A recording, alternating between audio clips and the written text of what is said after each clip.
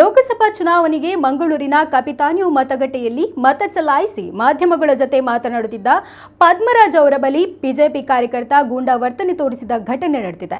ಗೂಂಡಾವರ್ತನೆ ತೋರಿಸಿದ ಬಿಜೆಪಿ ಕಾರ್ಯಕರ್ತನನ್ನು ಪೊಲೀಸರು ಸ್ಥಳದಿಂದ ಕಾಲರ್ ಪಟ್ಟಿ ಹಿಡಿದು ಹೊರಹಾಕಿದ್ದಾರೆ. ಆದರೆ ಇಂತಹ ಘಟನೆ ನಡೆಯಬಾರದು ಎಂದು ವಿಷಾದ ವ್ಯಕ್ತಪಡಿಸಿರುವ ಕಾಂಗ್ರೆಸ್ ಅಭ್ಯರ್ಥಿ ಪದ್ಮರಾಜ್ ಪ್ರೀತಿಯಿಂದ ಚುನಾವಣೆ ಮಾಡಿ ಎಂದು ಕರೆ ನೀಡಿದ್ದಾರೆ. ಚುನಾವಣೆಯಲ್ಲಿ ಸೋಲು ಗೆಲುವು ಇರುವಂಥದ್ದೇ, ಹಾಗಂತ ಚುನಾವಣೆಯನ್ನು ಪ್ರೀತಿಯಿಂದ ನಡೆಸಬೇಕಾಗಿದೆ. ಇದೊಂದು ಹಬ್ಬವಾಗಿದ್ದು ಸಂತಸದಿಂದ ಭಾಗಿಯಾಗಬೇಕಾಗಿದೆ. ಆದರೆ ಈ ರೀತಿ ಗೂಂಡಾಗಿರಿ ಮಾಡಿ ಪೊಲೀಸ್ ಕೇಸ್ ಆಗಿ ಜೈಲಿಗೆ ಹೋದ್ರೆ ನಾಳೆ ನಿಮ್ಮ ಮನೆಯವರಿಗೆ ತೊಂದರೆ ಎಂದು ಪದ್ಮರಾಜ್ ಪ್ರತಿಕ್ರಿಯಿಸಿದ್ದಾರೆ.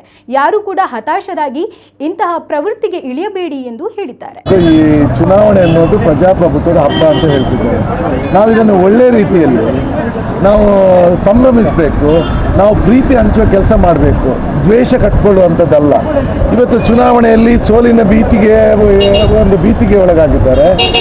ಸುಮ್ಮನೆ ಅಶಾಂತಿ ವಾತಾವರಣ ಉಂಟು ಮಾಡಲಿಕ್ಕೆ ಒಂಥರ ಪ್ರಯತ್ನ ಮಾಡುವಂಥದ್ದು. ನಾನು ಬಹುಶಃ ನನ್ನ BJP ಮಿತ್ರರಲ್ಲೂ ಕೂಡ ಕಳಕಳಿಯಿಂದ ವಿನಂತಿ ಮಾಡ್ಕೊಳ್ತಿದ್ದೇನೆ. ಈ ಚುನಾವಣೆ ಅನ್ನೋದು ಪ್ರಜಾಪ್ರಭುತ್ವದ ನಾವು ಇದನ್ನು ಬಹಳ ಒಂದು ಪ್ರೀತಿಯಿಂದ ಇದನ್ನು ಎದುರಿಸಬೇಕಾಗಿರುವಂಥದ್ದು. ಇವತ್ತು ಚುನಾವಣೆಯಲ್ಲಿ ರಿಸಲ್ಟ್ ಏನೂ ಬರ್ಬೋದು, ಅದು ಇದಕ್ಕೆ ಹತಾಶರಾಗುವಂಥ ಅಗತ್ಯ ಇಲ್ಲ.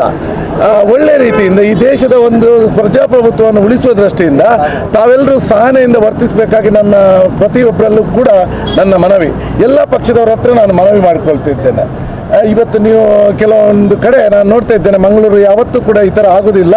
ಇವತ್ತು ಏನೋ ಒಂದು ಥರ ಅನಾವಶ್ಯಕ ಬೇರೆ ಬೇರೆ ವಿಚಾರಗಳನ್ನು ಇಟ್ಕೊಂಡು ಕಿರಿಕಿರಿಸುವಂಥ ಒಂದು ಯತ್ನಗಳು, ಒಂದು ಸೋಲಿನ ಹತಾಶೆಯಿಂದಾಗಿ ಈಗ ಮಾಡ್ತಾರೆ. ಆದರೆ ನನ್ನ ಸಹೋದರರಿಗೆ ನಾನು ಹೇಳಲಿಕ್ಕೆ ಇಚ್ಛಿಸ್ತೇನೆ, ನಿಮ್ಮನ್ನು ನಂಬಿದ ಕುಟುಂಬಗಳಿರುತ್ತೆ.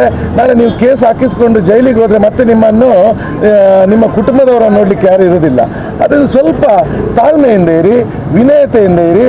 ನಿಮಗೇನು ನಿಮ್ಮ ಕೆಲಸ ಇದೆ ಅದನ್ನು ಶಿಸ್ತುಬದ್ಧವಾಗಿ ಮಾಡಿಕೊಂಡು ಈ ಚುನಾವಣೆಯನ್ನು ಪ್ರೀತಿ ಹಂಚುವ ಮೂಲಕ ನೀವು ಎದುರಿಸಬೇಕು ಅಂತೇಳಿ ತಮ್ಮಲ್ಲಿ ಕೈ ಮುಗಿದು ಎಲ್ಲರಲ್ಲೂ ವಿನಂತಿ ಮಾಡ್ಕೊಳ್ತೀನಿ.